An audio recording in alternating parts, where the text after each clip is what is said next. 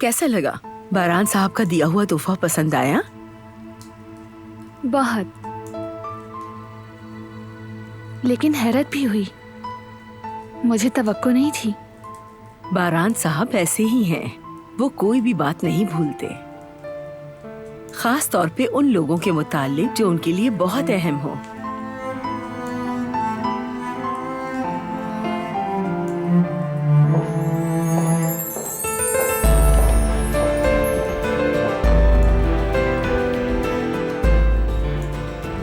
जब मैं और जमरुद छोटे थे, हमने अपने बाबा से म्यूजिक प्लेयर मांगा था, लेकिन उनके पास इतने पैसे नहीं थे।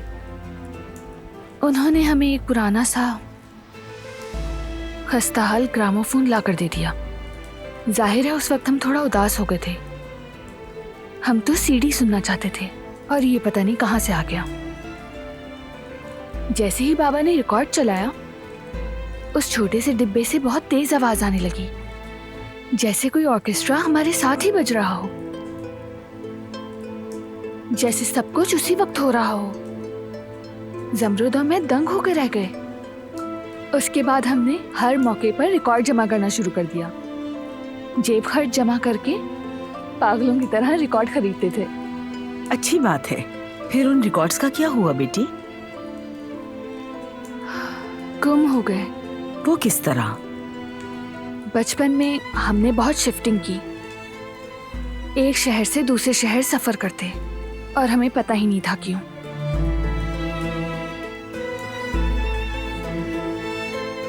पता चला खानदानी दुश्मनी की वजह से।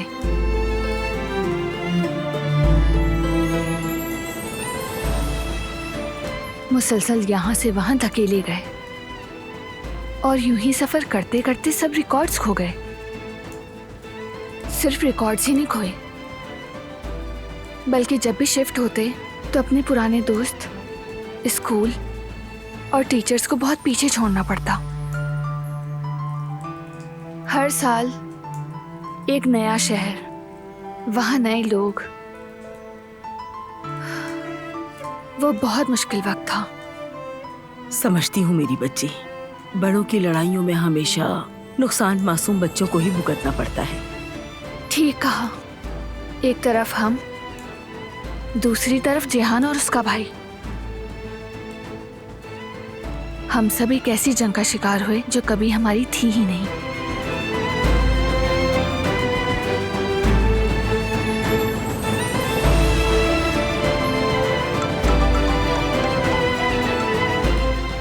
करीम, तुम आ गए हो?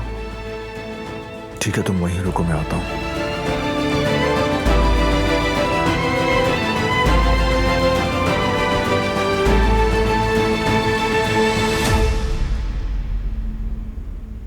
क्या हो रहा है?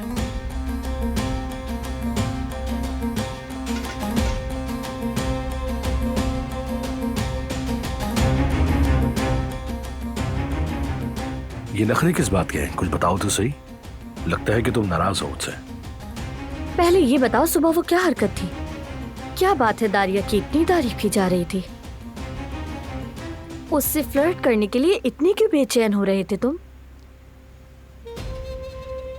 ओह, तो असल बात यह है, लगता है कि तुम उससे जल रही हो। मैं? आखिर क्यों जलूंगी उससे? पता नहीं, ये तो तुम ही बताओगी कि वजह क्या है। बात सिर्फ ये नहीं है। उस लड़की को तुमसे इस तरह बात करने की इजाजत किसने दी? उसके मुंह में जो आया वो तुम्हारे सामने बोलती गई और तुमने पलटकर जवाब तक नहीं दिया। तक बातें हजम कर गए। तुम इस बात की फिक्र न करो। वैसे भी मैं जो कुछ भी करता हूं उसके पीछे कोई ना कोई वजह होती है। बस मुझ पर भरोसा रखो। तुम्हें उस दारिया से हसद करने की कोई जरूरत नहीं है। मैं तुम्हें इस तरह गुस्से में हरगिज नहीं देख सकता। हाथ हटाओ, क्या कर रहे हो? कोई देख लेगा ना? तो देखने दो, मैं किसी से नहीं डरता उस घर में।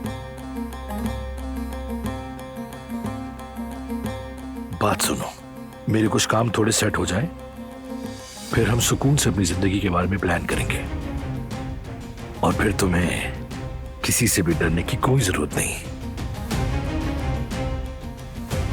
ठीक है, हम बाद में बात करेंगे। अभी जाओ, इससे पहले कि कोई तुम्हें देख ले। तो सुलह हो गई ना? हाँ, हो गई।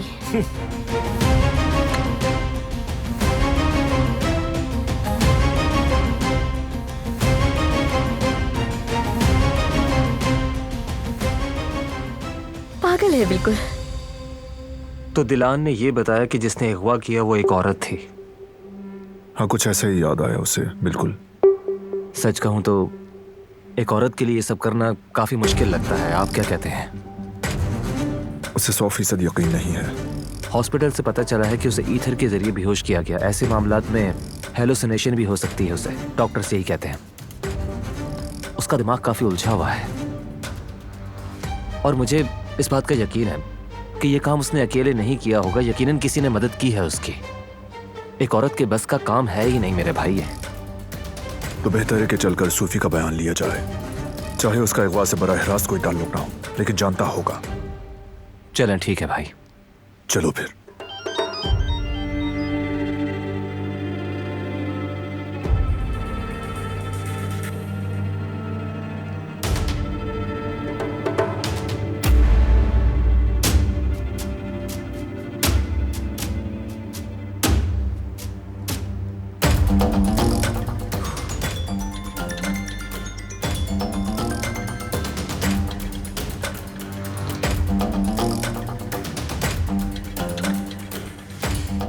ठीक है, समझ गए। शुक्रिया।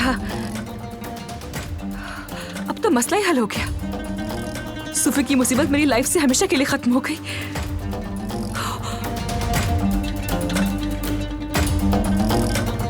क्या हुआ? सूफी वो मर गया। क्या? कैसे मर गया वो? यकीन से नहीं कह सकता, पर यही बताया कि आज सुबह जेल में झगड़ा हुआ था और झगड़े के दौरान किसी ने उसे चाकू मार दिया। ये इत्तेफाक नहीं हो सकता। मुझे भी यही लगता है। कोई हमारे साथ खेल खेल रहा है। हमारे साथ नहीं, उसके साथ। दिलान, तुम खुद देखो, हर वाक़े का मरकजी निशाना वही है। उसकी जान खतरे में है। अब हमें पहले से भी ज्यादा मुहतात होना होगा करीम। अब से मैं खुद उसकी हिफाजत करूंगा।